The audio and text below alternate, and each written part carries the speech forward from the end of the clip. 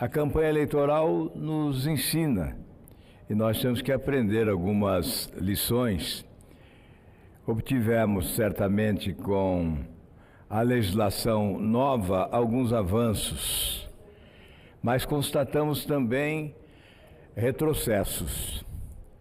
E nós não podemos deixar passar o tempo sem a discussão, o debate e a apresentação de propostas para o aprimoramento da legislação eleitoral, visando a correção de rumos para que, já no próximo pleito, evitemos desvios e injustiças que foram verificadas no último pleito. Senador Cajuru, eu poderia citar aqui, em razão do tempo vou me cingir a apenas um aspecto, mas eu poderia citar, por exemplo, que a distribuição do fundo eleitoral não se deu com a transparência e a honestidade necessária. É claro, a campanha ficou bem mais econômica do que era, mas muito mais econômica do que era. Esse é o avanço. Mas há que se corrigir o modelo em razão do que ocorreu nesta campanha, evitando os desvios acontecidos, né?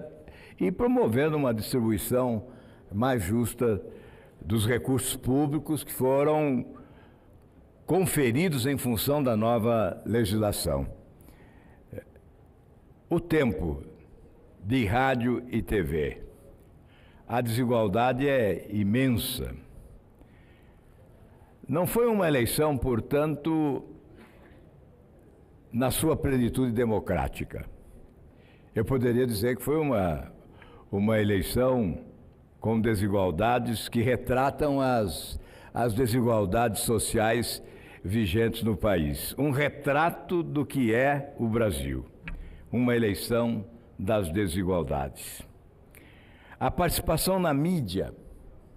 A legislação estabelece, e nós vamos legislar sobre isso também, senadora Anastasia, a legislação estabelece que todos os candidatos devem ter tratamento igual na mídia nacional, na imprensa do país. É da lei.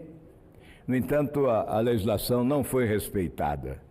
Alguns foram premiados com amplos espaços na mídia nacional e outros foram marginalizados. Foram excluídos, ficaram sem espaço, sem auditório para a sua comunicação com a população do país. Mas hoje eu trago um projeto, é o primeiro dos projetos que apresentarei. Quero ter a oportunidade de apresentar outros, mas esse diz respeito às pesquisas de opinião pública. Olha, senador Cajuru, o próprio senador Anastasia é testemunho do que ocorreu em Minas Gerais. Por exemplo, o ex-presidente Dilma aparecia em primeiro lugar em todas as pesquisas durante toda a campanha eleitoral. E no dia da eleição ela ficou em quarto lugar. Um amigo meu, ex-deputado do Rio Grande do Sul, Cajar Nardes, um dia me disse: enquanto as pesquisas forem divulgadas até a véspera da eleição, o melhor candidato nunca vencerá, porque ele é derrubado bem antes por pesquisas que indicam que ele não tem chance. E ele vai ouvir durante toda a campanha que é o melhor candidato, mas que não tem chance.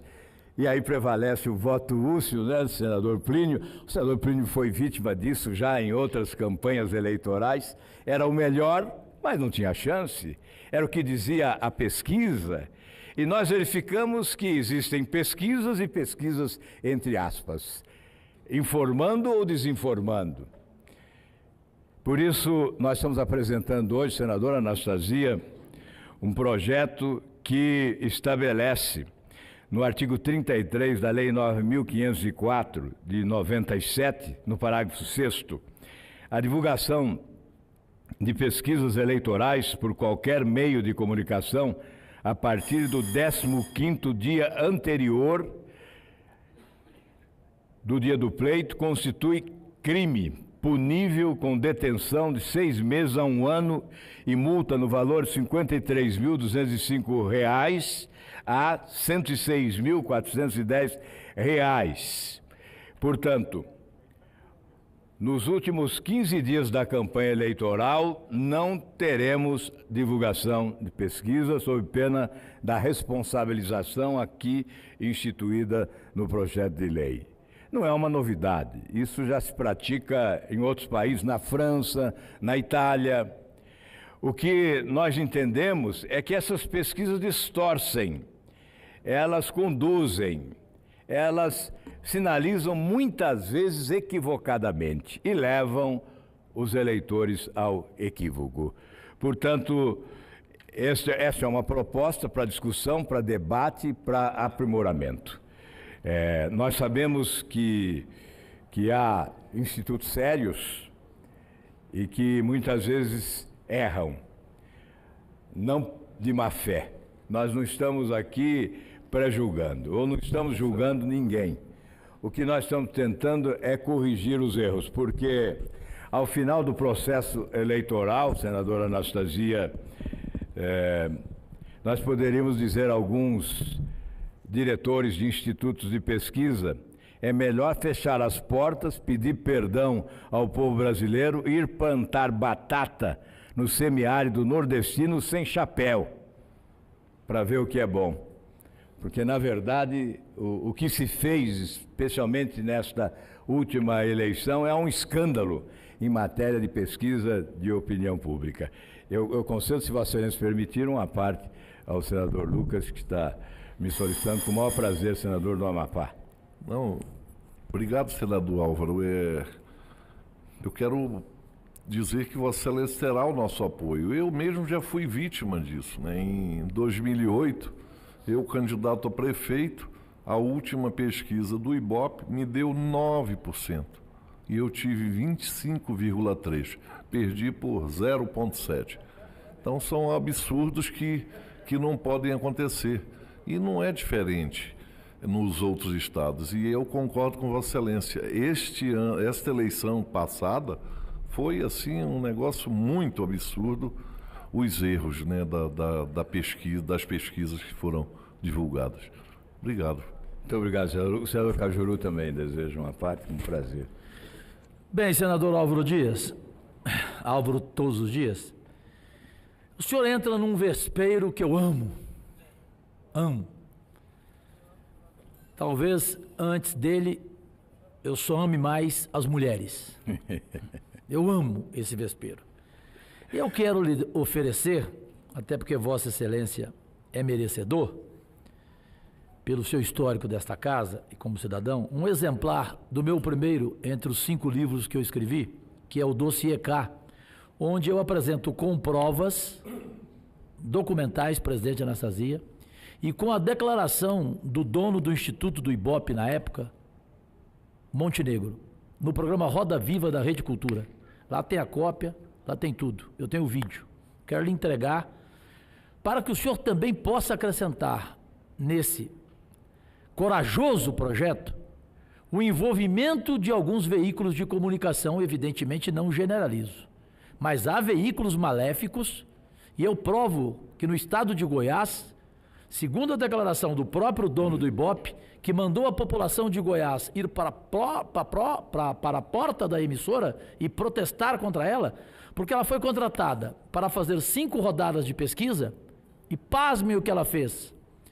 A emissora ficou publicando em seu jornal e em sua emissora, com toda a força que tem lá, é a maior audiência, ela ficou até 15 dias antes da eleição, divulgando o resultado da primeira rodada 6 meses atrás, que colocava Iris Rezende com 66% dos votos.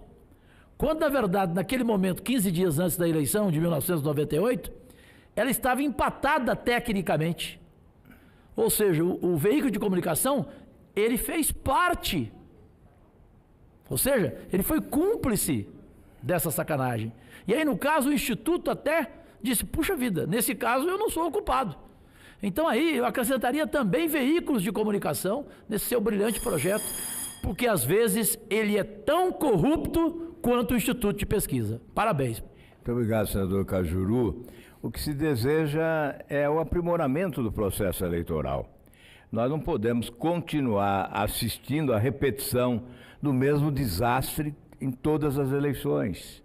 Em todas as eleições, nós assistimos esse espetáculo de incompetência das pesquisas apresentadas que, na verdade, não retrataram a realidade. E depois do processo eleitoral, depois da eleição última, nós assistimos até o desespero de alguns comentaristas políticos na TV, tentando justificar os equívocos dos institutos de pesquisa, imaginando que na madrugada os eleitores todos do país, numa verdadeira manada, se dirigiram para o outro lado, e não para aquele lado apontado pelas pesquisas de opinião pública. Foi algo que ocorreu na madrugada, um verdadeiro milagre, né?